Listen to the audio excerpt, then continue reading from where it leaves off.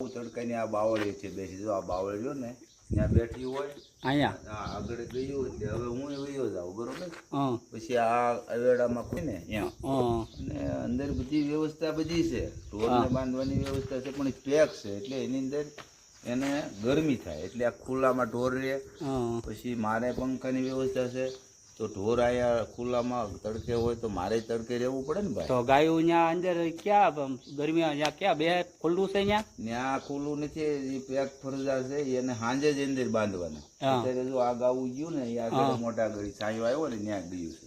હા હવે હું આગળ તું આવ્યો એટલે હું આગળ વયો જાય હા અને ખાટલો લઈને વળી પછી ગાવું નીંદ પૂળો નાખશું હા અને એમને પસાર સમય કરશું. હા.